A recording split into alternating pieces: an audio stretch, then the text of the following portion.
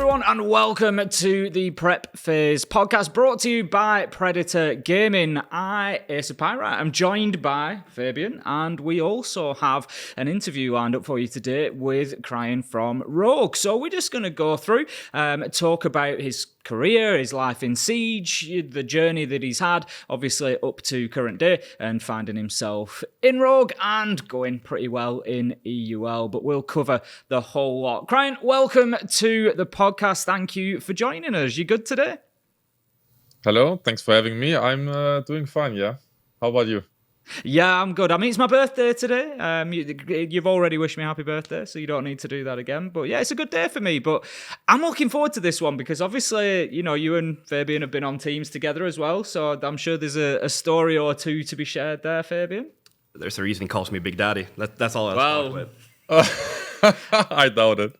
I mean, I said that I can't imagine Cryn calling many people Big Daddy because obviously, you know, Cryn's into his fitness. He's a pretty big guy himself. It's actually just optical illusions. He does a lot with cameras. He's actually 160 centimeters tall. Is that? Yeah. Is that true? Barely. He's just underneath that. And then he weighs like 45 kilos as well. I mean, every time I've met you, Cryn, you seem a lot taller than that to me. And I can remember like Fabian running away from me all the time because he was scared. That is lies and deceit, and nobody believes in it. So to get us underway, Cryn, you know, let's look back to how it all started for you. You know, getting into Rainbow Six. You know, there may be a lot of people who, you know, don't know your whole story because you've been around the scene for a long time. You've played, you know, National Challenger League. You've played Tier 1. You've been to, you know, major events. You've been sort of present for a lot of years now in Siege. How did it all get started for you? I mean, I started playing Counter-Strike for like a long time. I was pretty good, but then I quitted the game because of cheater. Who would have thought? Then I started to play Rainbow on console. I was pretty good there. Then I switched to PC, played national leagues and stuff. And then I actually just asked Corey, yo, you need a player. And like he was like back in the day in Mocket Pro League. And then he said, yeah, we can trial you. I tried for them. It worked out. And I immediately joined them. Well, the season didn't really work out for us. We relegated with Navi then. Afterwards, I played Challenger League, Orkless. And let me actually think about it. I think I got picked up after the Challenger League by G2. Yeah, it was It was. You went to OGA. Was that your first event with G2? That was the first competition was OGA? Yeah. Unfortunately, yeah. In Croatia. Yeah, it was a tough one. It was a tough one for G2 in OGA. It was a tough one. I have no comments on this. I mean, feel free to chip in. No, I mean, you were there, you know. The funniest part is his name isn't Cryn, it's Cryn. Cryn. Okay, I'll stick with Cryn. That's I'll stick with number Cryn. one. I mean, can we have that? Because this has been up in the air for a little bit in the EUL team. Let's have it directly from you. Is it Cryn or Cryn? It's Cryn. I hate when people call me Cryn. I hate it. Right, you see now, so Fabian's trolling. That's what we're getting. He's doing it on purpose. If you say so, Cryn. If you say so. Right. No, okay. it's Cryn. OGA. How is that? Cryn was playing really well in the trials, dropping 15 frags a game. And every game. Literally every game. We haven't seen a player do that well. When we were playing with Kanto, for example, in the beginning, Kanto was obviously the outstanding. He was already a star player at that point. But then we picked Cryn and we gave him a trial. We only really trialed you as well.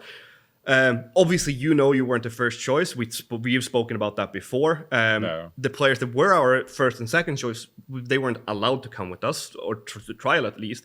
So we trialed Cryn. We felt it was a perfect fit, and we played better Siege than we ever had. And I think you can agree on that.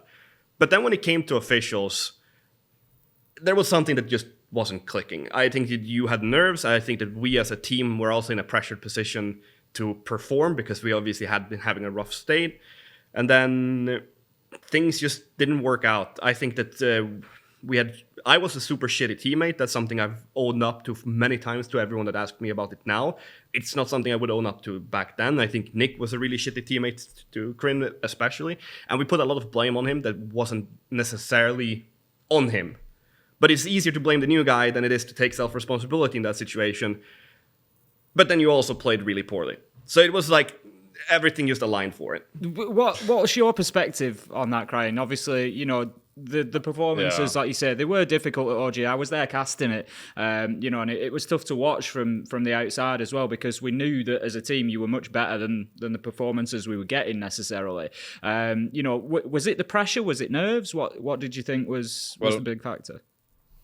I mean, obviously, nerves got me back then. Like Fabian said already, the scrims, like, they were really, really good. Like, the spirits were really good. We were all in a good mood. But then it came to OGA pit. Obviously, I was nervous. We didn't play that good. And then I would say the environment changed a bit on stage. And I wasn't used to it. Like, it was not like good spirits anymore and stuff. And it was too much for me, I can tell already. It was too early for me. I had really not that much experience with that, and yeah, I couldn't handle the pressure at that moment. Okay. And I mean, we were just before we actually started with the podcast, experience was something that we were talking about. And, like you say, it's maybe something that you just needed a bit more time for. Because at the time, obviously, you'd already done a little bit in Challenger League at that point, and then we saw more Challenger League after. And, from my point of view, I've said it a few times on broadcast, because I was sort of casting Challenger League all through that period of time. That's where I was at. And for me, you're one of the best Challenger League fraggers that I've watched, at Tier 2. And I kept saying coming into this, you got picked up by G2. And then obviously there was Chaos a little bit later on. And I'm like, no, he's definitely going to go big on this stage. Right. It's definitely coming, because I'd seen so often. But there was just that little bit. It seemed like there was a difficulty in translating that to Tier 1 immediately. Yeah. I mean, after I joined Chaos as well, how can I say it? Like, Chaos went downhill when I joined them already. Like, there was no way we would have placed really good with that team. Yeah. That's all I can say. Because I tried my best in Chaos, and if there were mental issues as well, being nervous and stuff. Because in scrims we didn't have issues as well, but in officials, I can tell people were nervous, and it's just really hard to play as a team if people are nervous and they can't handle the pressure. I mean, looking at the way you sort of went back and forward a little bit, so it was sort of Challenger League to G2 and then Chaos and back to Challenger League a bit. Do you think that up and down was, and obviously you mentioned Na'Vi as well, a lot of people will probably forget that, there was that season that you played with Na'Vi before they picked up the M&M roster. Has that up and down been, do you think, a positive or a negative for you? Is it, something that's helped you along the way? I can tell already it had a positive effect on me, because it humbled somebody, It humbles me. I can tell that I learned a lot, especially in my G2 time. Even though I played really poorly, I think I learned the most in that short time. There's always room to improve, and if you fail, for example, you want to improve even more. And that happened to me when I relegated. I said to myself, I know I'm good, I know I have the potential, but all I need to do is put in the effort. So for you, it was just about, you felt that it was just more hard work, just more hours practice, and just keep pushing through it. Yeah, and obviously be in the right team. Yeah, I mean, obviously in a team of 5, that's always going to be a big factor, and it's probably a good point to pass on to yourself, Fabian, as well. So with a similar question, really, because obviously you went through not necessarily the relegation element and sort of going from tier to tier, but the difficulties with G2 and what you took away from that. It's always about being in the right environment. As Cryn said, our game environment, officials compared to practice I think it's always going to be different. Because for G2, it was always, you come into this, we have fun in practice, but we still do it seriously. And then when it comes to match days, it's the most serious environment you'll ever be in. You will be shouted at if you didn't do what you were supposed to do. And I think that when you go from a more relaxed environment and maybe where you are the star player, and then you come into a team like G2 where everyone else is a bigger star, you're going to have some issues with it. And I think that it's also, if you as a player is comfortable, because for example, we take Cryn in G2, he didn't get to play the role that he should play. Yeah. It was put in a position where he wasn't comfortable in the role. The team kind of wanted to put him in a position where we would all be comfortable, but he wouldn't. because not that we wanted him to be uncomfortable, but we wanted him to be able to just fit into the slot that we had open, rather than just trying to shape a team around everyone else. So what you need to do in a team is just have a team that everyone feels happy with the way that they're playing. Everyone feels happy with the position they're playing. But also, I think a lot of teams needs to basically just step up the environment when it comes to game days. And I know, for example, myself, I have been a major issue for G2 in the end of my career. And it's not something I'm going to hide from. I think it was a growing experience for me, just like it was for Cryn. And I think even if we had different experiences, I think we both grew from it. And then we'll see, obviously, the future for each and everyone. But I think every team you're in will grow you in a way or another. But then, depending on which position you have and which kind of like position you have in the terms of mental part, are you the star player, or are you a guy that shouldn't be doing that well, but you're just a player in the team? Where are you in that hierarchy? All of those things have an impact on you in the long term. And I mean, look at Cryn. He's gone up and down, up and down, up and down. But he's always felt that he's never been the problem. And to be honest, it's not really been that way. He's always performed. And then when you keep getting chances and you keep getting picked up, eventually there's going to be a team where everything clicks, and that's Rogue for him. Where you find, I mean, you know, we'll get into. I don't want to get into Rogue too much immediately now, because obviously we'll speak about you know, the current situation a little bit later on. But you know, would you say that that's fair, Cryn? Is that something that you feel now that you've just found that position where it's like, I'm actually playing the way that I want to, I'm in the role that I want to be in, and everything's just clicking? Is that where you find yourself? 100%. The team believes in me. I believe in my team. I think that's all that matters. It's most likely Cryn, do whatever you want, and that's it. And I'm so comfortable in the team. Everybody else is everybody is happy in the team.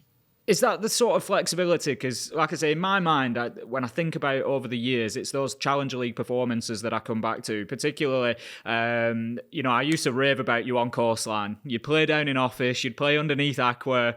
You're smiling because you know you'd be down there, you'd be picking up 4 or 5 kills in a round. Nobody could move you from there. And, you know, was that maybe a freedom that you experienced in Challenger League as well? That it was just like, you know, you could just play where you wanted and do what you wanted? Challenger League is a different level.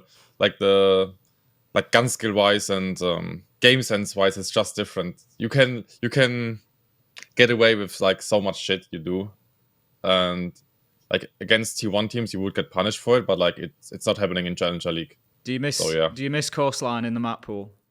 I actually it was my favorite map. It was actually my favorite map. I'm so happy it's gone.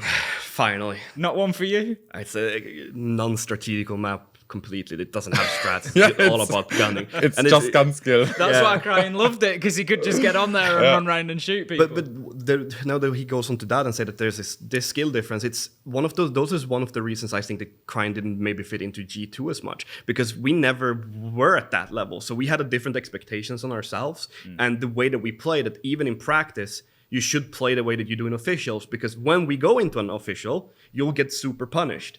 And we had the problem at that time, I think. We got a lot of players getting punished for free without us having an answer to it, because I think we took practice a little bit too relaxed. I think we were a bit too relaxed, and therefore we never practiced for the high-pressure moments.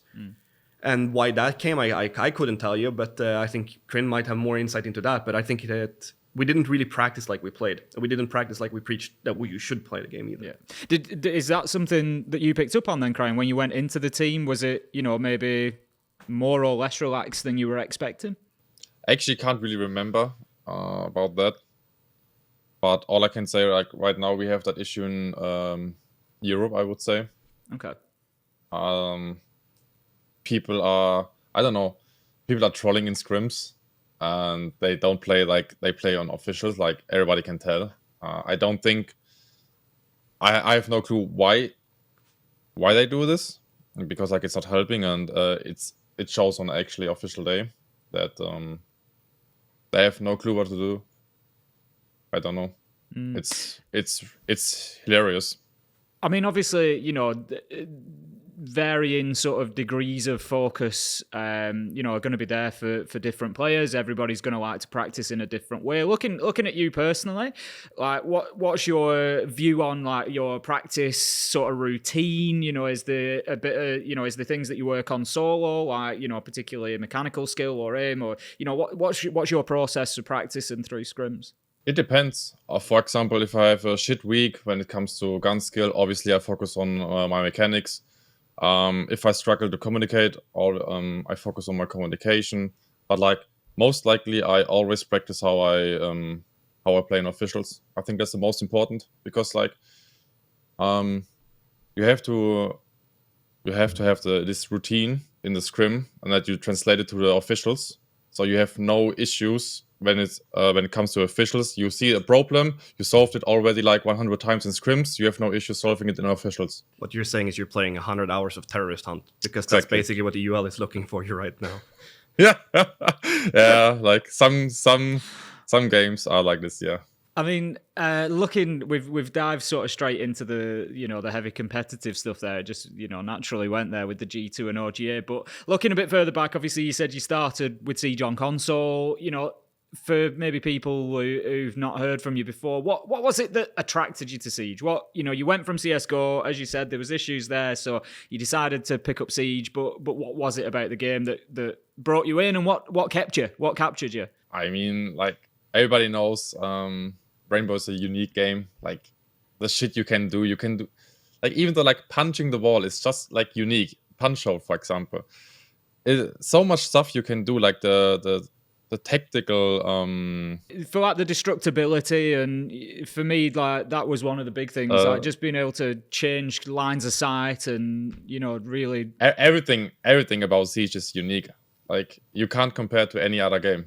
Yeah, that's it. I've never played a game with destruction like it, and like I always come back like, to. Sorry, go. Like back in the days, like without like the cheater problem, I was like grinding this game 10 hours per day, every fucking day with my friends, and because you are getting addicted to this game so hard. I think it's just because there is in a way repetition, because you're playing on the same maps, it's the same objective.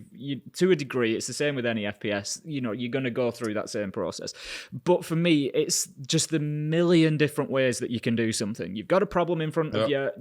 You can just 100, a million, there's so many different ways. The example I always give people when they say to me, like, sell Siege to us in 30 seconds. What is so great about it? I go back to I think it was at the Raleigh Major, the defuse where it was Scyther shoots out the wall.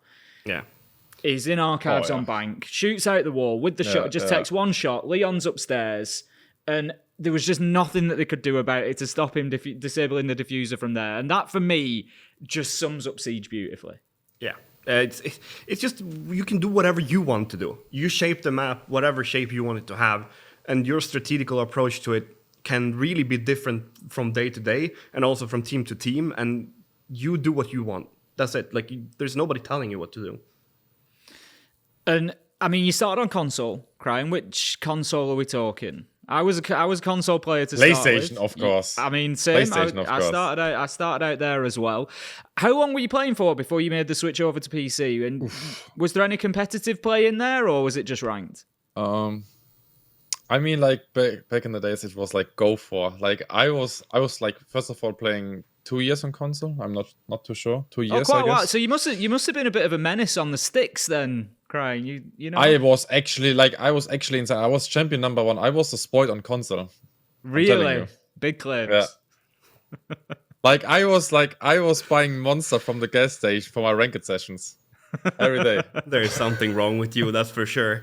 Jesus Christ. Was there any console go for wins? That's the big question. Obviously, like I won every go for. Really? There we go. You were the guy in the rank lobby who said, "Go win a go for no name." Randy. I had it in my bio. Yeah. I had it in my bio. Were you a straight 18 times go for winner? Were you a straight up Ash Jaeger main? Were you Jaeger ACOG? I was, yeah. No, actually, I was smoke main. SMG ACOG back in the day. Oh, that's the best one. Is that the one you'd bring back? Anything for smoke SMG 11 ACOG. Jesus. what I would do for That that. was a With the spawn old peak weapon. recoil as well, with the old SMG Yeah, recoil. it was a laser gun. It was the best. No, I understand why. You didn't even need FMG. Like I remember back in the days, nobody touched that gun because the SMG-11 was just miles better, and you never had to use the shotgun either because the SMG-11 was the best gun in the game. Looking through, you've moved then over onto PC. How long did it take you to settle down on PC? Because a question that I get quite a lot is, you know, people coming into it and how do I get into competitive? What do I do? You know, what was the process there for you going from the Go 4s on console to effectively then becoming a competitive PC player? Obviously, I switched with my team, like White Tigers back in the days, and it's all about scrimming. You scrim like better teams, you learn from that, you see what they are doing, you adapt, you use it for your own good, and then you just try to improve. Like practice. And like it took me 1 year to join a product team after I switched to PC. I mean, that's pretty good going, really, to get to that point. I mean, I'd ask the same question of yourself, Fabian, as well. For all the time we've spent chatting about different things, it's something that I've never spoken to you about. Is your route into competitive and how you found yourself there? I got tricked by the E3 trailer. They had this E3 trailer where you I remember it. I remember it onto the roof of house. Yeah, I remember it. Rappelled down from a helicopter, and I was like, oh yeah, I need to play this game. I bought the game, and you never rappel down from a helicopter, so I feel like I got bamboozled. I used to play strategy games, which is kind of an odd way into it, right? The 4X strategy games, like grand strategy games, and I guess that's where me having like 5 IQ more than the 10 that every other Siege professional player has got. Kappa. Yeah. Oh, that's rude. No, but I come from strategy games. It's just my way in. I think that what Cryn said with scrims is very interesting because it's like when you come over from whatever platform you're playing on and you go into practicing against proper teams, I tell you that in 1 day of practices against, if you're tier 4 or tier 5 against a tier 3 team, you'll learn more in that day of practice than you'll do in a month of ranked, if that's even enough. And then if you're a tier 3 team or even a tier 5 team, one map of practice can really just put you in a position to be like, I need to look what they're doing and I need to see what are we doing different. A tier 4 team practicing against a tier 1 team, that usually doesn't happen because tier 1 teams doesn't want to waste their time. But if you get the opportunity, you'll learn so much by studying those 3 maps that you play in a practice that one day of practice against a tier 1 team will give you more learning stuff than, I don't know, a year of ranked, I'd say. You can spend the entire year in ranked and you'll learn absolutely nothing. But a week of practice, a day of practice even, gives you so much.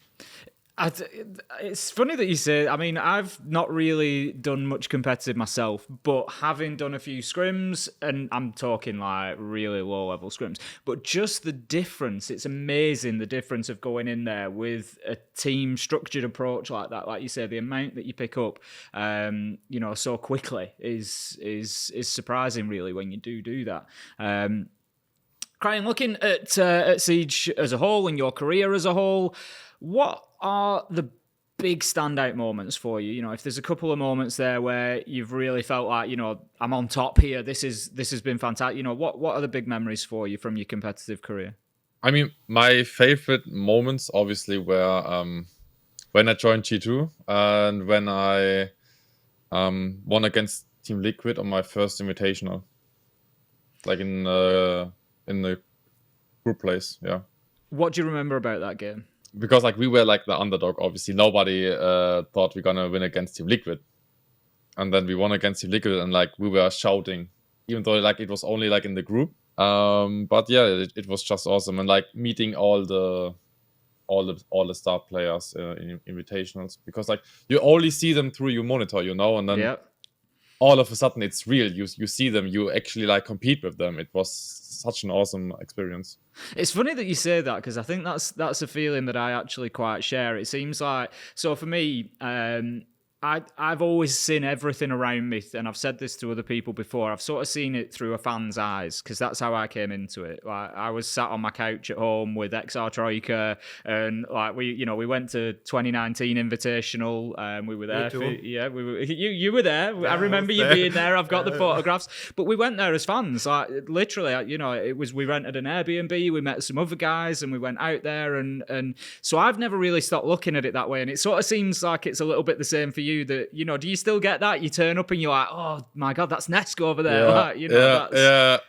You're the star now. Yeah. No, you shouldn't feel that way. This is it. And people like want a photograph with me, and I'm like, what do you want a photograph with me for? Like Cryn's over there or Fabian's over there, and it's still kind of bizarre. I don't think you should think that way, that you are the star. I think you will get an ego out of that. Oh no, my problem is coming back to me. It will just have negative effects on you. It's just my opinion. And I'm going to ask both of you this question. What is it like? What are the memories? What is it like playing against Ness? Because obviously we've heard I think it was, I could be right, I think it was Lycan who said Don't remind me of that, please. There we go. That's the reaction I wanted. I think it was Lycan who said it. If you've never been run over by Ness on LAN, then you've never played on LAN, basically. Like you've not had the proper LAN event experience until you've had that treatment from Ness. Is it really, if he's on his game, is it really that crazy to play against?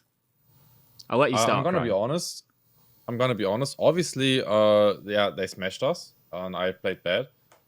But it didn't feel like, oh, he's so good, I don't have a chance. It was just like, first game vibes, I would say. I couldn't hit any shots, but it was like they played normal Siege. They played good Siege, yeah, and they hit their shots. But like for me, it was nothing crazy.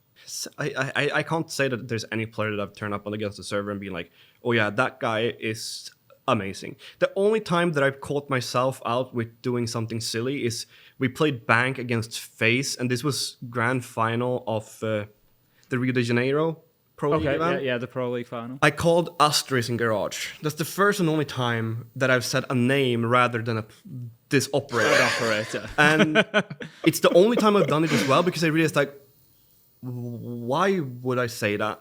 And then the next round when he came there, I slaughtered him on the SMG 11. It was Bank, basement. I was playing Smoke in lockers, and I completely just took his head off. And you can't respect the player. You need to respect the player, but you cannot respect them to the degree where they get into your head. You can't be afraid of them, right? You can't be afraid exactly. of them. If I look at the first time I played Ness, everyone, this is back in Katowice Year 2 Season 1, so this is back in Stone Ages. But he was known as the star player for that team already back then, and we just studied how he played, and then we completely crushed him. He had no chance. And it's not so much about going in against a server. When you go on a server, you always know there's going to be one guy or two guys that can hit those shots. Yeah. I mean, for example, when you play against Rogue, Cryn is one of them. Cryn, sorry, not Cryn. Cryn. We've got him, Cryn. Yeah, we've got him. I can't say that word on the... No, but it's like... You have these players that you know will hit their shots, but that's their job. Their job is to hit shots. And then you have those players that will structure these players to be able to hit shots. So you might not... A player that goes on the server against me might not be ever afraid of me hitting my shots, and they probably shouldn't be, because mechanically, I'm usually weaker. But it's my job to make those good, talented players be in the right position to get those kills to begin with. And if they are not in the right position, so it's basically like a symbiosis between two players. You need a player that guides these good fraggers into the right positions and can help them become even better. Because if you look at teams that don't use their drones, G2, and then you look at teams that do, you'll see that fraggers in those teams are really performing, and they're playing off each other. Looking at Rogue, for example, they're playing a really heavy, like aggressively concept, but they're all doing it at the same time. Even if they're doing it on different positions, they're all doing it at the same time and trying to coordinate that. And it's working. But you look at those teams that do everything on their own, they're not working. So when you go up against a team that you know will have those fraggers, you can't fear them, but you know what they will do. They will kill you, and you're just gonna have to accept it. But sometimes you'll kill them back, and in the end, it's about winning the rounds. Looking, I say this. Oh, sorry. No, go. I say this a lot of times. You can be the best player in the world in theory, but like if you're mental not confident and if you're in your own abilities, you will fail. like mental in this game is such a huge factor. I feel like that might be my problem in ranked. No, you're just bad. Fabian's had the pleasure of playing a couple of ranked games with me, and this is just a little story. I remember we played a couple of games. We played one on Coastline. That's the game that I need to mention. So Fabian and I hadn't played in ranked before, and I mean I'm not the best player. I'll make it into plat most seasons, but you know what I know about the game far exceeds my ability of being able to actually click on heads, so it's difficult. But we were playing a couple of ranked games, and Fabian came. I don't know who you said it to, but Fabian came away and asked somebody else, do you think I could criticise Ace? Do you think he'd be okay with it? Do you think he'd get like, can he take it kind of thing? Because I'd put a Selma charge on the wrong part of the wall, the service wall from main lobby and Coastline through into service, and that was our first time playing ranked. But I am very open to criticism. Yeah, I mean, I asked because that comes with being somewhat changed of a person, right? If you would have been playing with me back in 2018, I would have been like, what the hell are you doing? How are you thinking? There's nightmares coming back for crying. Look. Because he threw a Selma charge on the right side of, or the left side of the top wall first, and then he threw it on the right side, which meant the guy obviously could run away from Freezer. But if I would have given my criticism, he throws it on the right side first, so the guy moves onto the left side, and then when he throws it on the left side, he has to run away, but he exposes himself. And that's why I asked, how will Ace react to criticism if I give it to him? Because obviously I'm not going to shout at you. I'm just going to tell you, if you do this instead, you'll have higher success. But not everyone reacts well to that. No. Back in the good old days, I wouldn't give a single... I can't say those words on the podcast, but I wouldn't give a single one about your opinion about it. But I would just say it, why are you doing that? And then you could react however you want, and I would move on. But now it's, you get older... You get more washed up. This is actually a good point still. Being able to get like criticism. Like a lot of people like in Europe, if you criticize them, they will get mad. And like that's just like the wrong mentality. Because like you are not always like right. You're always, like I said before, there's always room to improve. And some people, they see your mistakes, they will point it out, and you just move on, I would say. But like it's just like a childish mindset.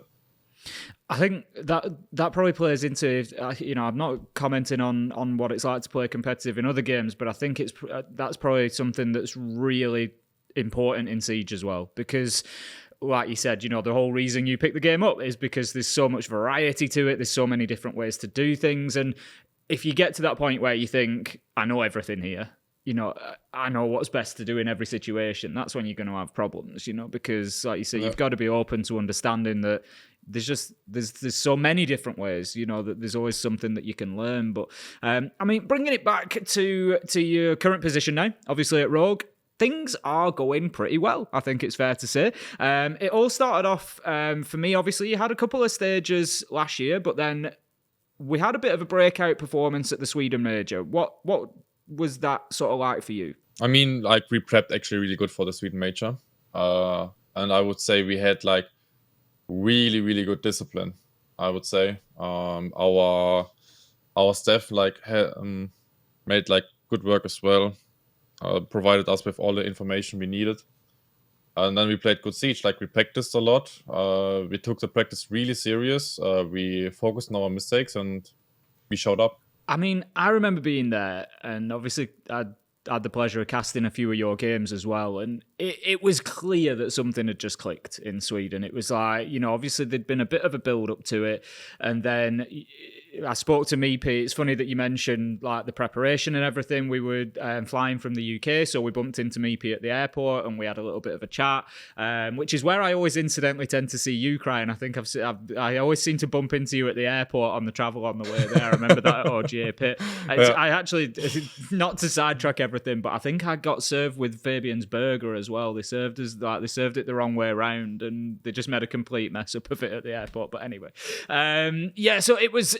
And that was it was clear from speaking to him how much work and preparation and time had gone into it. And is that then, I assume a mentality that's just continued forward, and it feels like you've gone to strength from there. Is that what it's been like within the team as well, or has there been sort of any speed bumps along the way where you've had a bit of a setback? Or Yeah, I mean, for example, last stage, I had a little burnout. I'm gonna be honest. I was tilting in scrims a lot, because like I didn't have a proper break, I would say, for a long time, and I think it's unhealthy if you like grind, and you don't have a balance with it.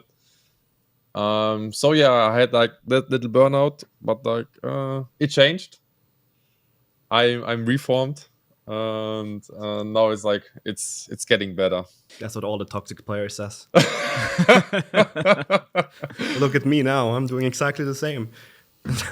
No, but like it's you have to be honest with yourself. Sometimes you tilt, and if people are pointing that out, you need to say, "Yeah, I fucked up, and I'm sorry. I will fix that," and then you move on, and you will try your best after that. I mean, looking at the last couple of weeks, obviously, great couple of results for you coming in now in stage 2. You're looking absolutely fantastic. Going towards definitely a major spot looking on the cards at this point. Spite has come in. How has that impacted the team? How's the feel of things at the minute in the team? This kid is cracked. What can I say? He's just cracked. Like honestly, when we first mentioned him, I was like, I'm not too sure about him because like he has like 0 experience. From what I experienced in ranked against him, he was a bit toxic and stuff, but like nothing of that happened actually, and he really impressed me with like his communication, his positive vibes, his grinding mentality, and obviously like he's really mechanical gifted. He just had positive impacts on the team so far. Like we are really like confident in him and in his abilities, and I think like he just shows as well that he can do it against every team. I want to give you your moment here, Cryn, and I'm sure you may not look at the stats yourself. That might be. I know some players avoid them. Some players like to check them the minute that they've finished in the game. Everybody's different, but you're saying Spite is cracked, but you're the top-rated player at the minute on Rogue. You're leading in kills. What has there been something this stage that's particularly just really, this is it for you, where you just really seem to be hitting that peak? Not really, because when we had, for example, Aces in the team, Aces was playing this role, and I always thought I can play this role as well. And now I'm playing this role, and I can show what I can do. So it's like no surprise for me. Obviously, yourself, Fabian, we watch a lot of EUL as well. What are your thoughts on Rogue at the minute and the change with Spite and the switch around for, Cryn, as he says, in his position, playing in that role now? I mean, I think it's the first time Cryn gets to play his role in T1, because this is what I said we had this problems with as well, right? We didn't try to fit in Cryn as the player that he is in the role that we want, like he wanted to play. We tried to fit him into a role where he wasn't comfortable. And that showed on the entire team and on him. And then we go into previous Rogue. He also was in that role, but he was performing better. He's always been able to play whatever he kind of wants to in Challenge League, or at least that's the impression I've gotten, because you have the personality to kind of just take control of that situation. But now you get to play it in a tier 1 level with a team that all 5 players have the mentality to play the same way. I'll be honest with you and say that, like, for example, Sport fitting into Rogue, I think is an easier time, solely based on if you don't have the experience and you're a ranked player, it's easier to slot into a very aggressive team than it is to slot into a very structured and very disciplined team. So I think for Sport, for example, this is a perfect team for him. So right now, Rogue have basically 5 players that all fit the bill of what they want to play. I think Leon might be a bit off role in terms of, maybe he shouldn't be its support, but he seems to be inventing a way of playing it that fits him, while at the same time also he's not really a support because he plays very aggressive on the role. So even if we say he has a support player, Rogue doesn't seem to really have a support. They all have good guns, and they are inventing the game in a new way that we haven't seen in a long time. And I just feel like they have all the right people in the right spots. They have the right staff. I have worked with Tristan myself, which is their analyst. I know how much work he puts in. I know Meepy, obviously, from playing not with him, but against him for, I feel like 100 years. They just have all the players and the right people. That's it. Simply put, I think Rogue is the team that has the right people in every single spot in comparison to every other EUL team. There's not one where I can sit there and say, yeah, that guy would be better playing with these guys. Yeah. Every single player in Rogue is the one that should be on that spot. Mentioning the backroom staff as well is an interesting one. Just to touch on Cryn, we've spoken with you throughout this about experience, attitude, mentality. Obviously, Rogue have done some work with Bernadette, and we've seen the progress of that over the months, over the year.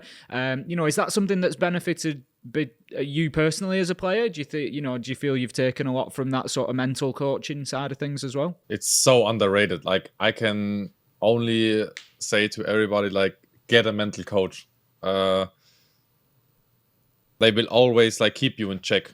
Like, if you, for example, have like a rough week, you can always hit her up. Like, you can always ask her, "Yo, do you have time for a meeting?" You just talk about everything you have in your mind. They will like 100% fix it. It's just benefiting you. It's really, really good. Should have had one in G2 when we were there, shouldn't we? Bro, yeah, 1,000,000%. Feels bad, man. Sounds like they might have been busy. We had mental issues, but I think every team does, especially when you go from the top to the bottom like that. We really had a fall off, and we needed one. Should have had one. Looking more towards the future as well, Cryn, it's looking pretty bright at the minute. Good results so far. What over the rest of this season? So looking towards Invitational 2023. Realistically, what are the goals now within the team? Is it just straight out the focus is on getting to Invitational and winning it, or is it a bit shorter term than that? Is it just focused on the major? How does that work? I mean, you have like different goals within the team. Some persons like wanna reach top 4, some wanna play win the major. For me, it's like always getting first, always win the major, always win the invitationals. I think like you should have like high goals, like the highest goals possible, because you need to stay hungry all the time to improve. So I mean, but like obviously the goal is to qualify for invitationals and obviously win it. And I think like we have good chances, even though like people are saying, yeah, we will have maybe issues international, but I don't think like people are ready for us. I'm looking forward to seeing Rogue internationally. I'm looking forward to seeing you guys against some of the best teams from around the world now. Is there anybody out there that I'm not going to say that you're scared of, because I know there won't be? Is there anybody that you sort of think we'd love to play them? Like that's the competitive challenge. We'd love to go up against that team at the minute. Yeah, some LATAM teams, because they play like a similar style, really aggressive. So it's like just like who's better on the day, like gun skill wise. Somebody like a W7M maybe. Yeah, for example, they are pretty good so far. Well, this is it. A lot of people, don't necessarily know what to expect from them. They've sort of exploded onto the scene, and it's all gone a bit crazy. They've been going crazy, but I think that the Rogue structure would beat a Brazilian team right now. But the way I see it is, I don't think that their playstyle is going to be an issue when it comes to best of ones. I think when it comes to best of threes, that's where Rogue might struggle, because I think that if you read into their aggression and you kind of figure out how they're playing aggressively, I think there are counters to it. I'm obviously not going to mention them. You teams have to pay me to do that, and you guys can all pick me up. I'm available. I think there are ways to counter it, but I think you need to know about it beforehand, and I think Rogue is one of those teams that you can study them and figure out their tendencies, and that's what's going to be the problem for them. But I think that short term and best of ones, you don't really have the time to adapt all of these things. So it's best of threes I want to see them perform in. If they do and they prove me wrong, I'll be wrong. I don't really care. I'll be happy for them. I'll be happy for Cryn especially. And then after that, it's just show the world what they got. That's all they have to do.